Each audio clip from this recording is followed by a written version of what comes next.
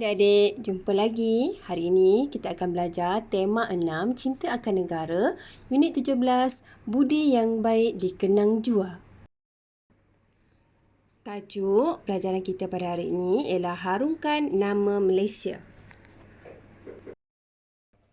Baiklah, mari kita lihat standard kandungan 2.4, membaca dan memahami maklumat yang tersurat dan tersirat daripada pelbagai bahan untuk memberikan respons dengan betul. Standard pembelajaran 2.4.2 iaitu membaca dan memahami maklumat yang tersurat dan tersirat untuk membuat rumusan dengan betul. Baiklah, mari kita lihat objektif pembelajaran. Pada akhir pembelajaran, murid dapat yang pertama membaca maklumat tersurat dan tersirat, yang kedua menjawab soalan pemahaman dan yang ketiga membuat rumusan berdasarkan teks. Baiklah, harap adik-adik sudah bersedia. Buka buku teks halaman 96. Kita mulakan aktiviti yang pertama iaitu aktiviti membaca teks dan memahami maklumat tersurat dan tersirat. Adik-adik boleh rujuk buku teks masing-masing ya. Baiklah, cikgu harap semua adik-adik sudah bersedia mendengar bacaan teks cikgu ini. Harumkan Nama Malaysia.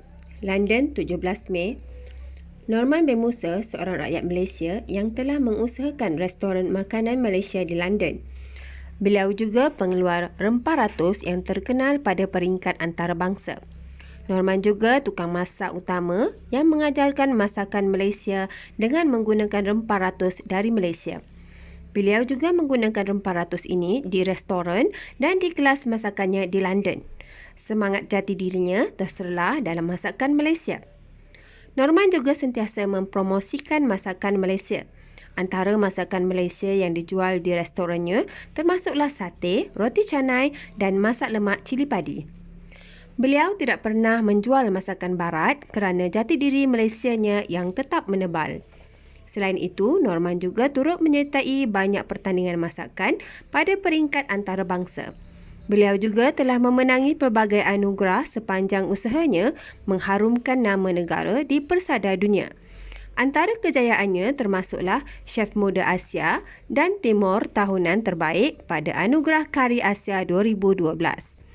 Beliau turut disenarai pendek dalam kategori Chef Tahunan Terbaik pada Anugerah Festival Makanan dan Minuman Manchester 2009. Pada tahun 2010 pula, beliau dipilih selaku chef rasmi bagi pasukan Formula One Lotus. Walaupun Norman telah lama menetap di London, namun semangat patriotik tetap utuh dalam jiwanya. Beliau bangga menjadi warga negara Malaysia. Sebagai bukti, cintanya kepada tanah air jelas terpancar apabila jalur gemilang dikibar setiap kali demonstrasi masakan diadakan di luar negara.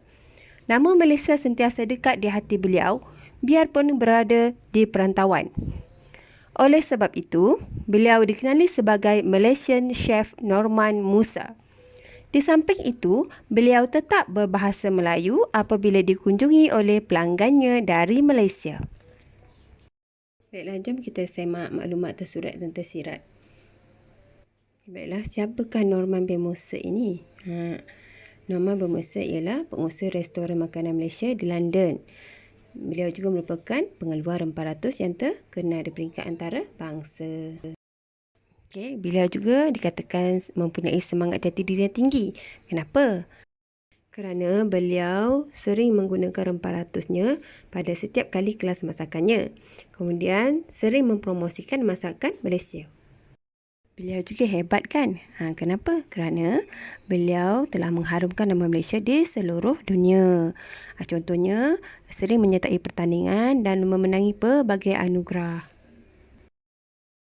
Beliau juga dikatakan berjiwa patriotisme atau semangat patriotisme kerana sentiasa mengibarkan jalur gemilang pada setiap kali demonstrasi masakan diadakan di luar negara.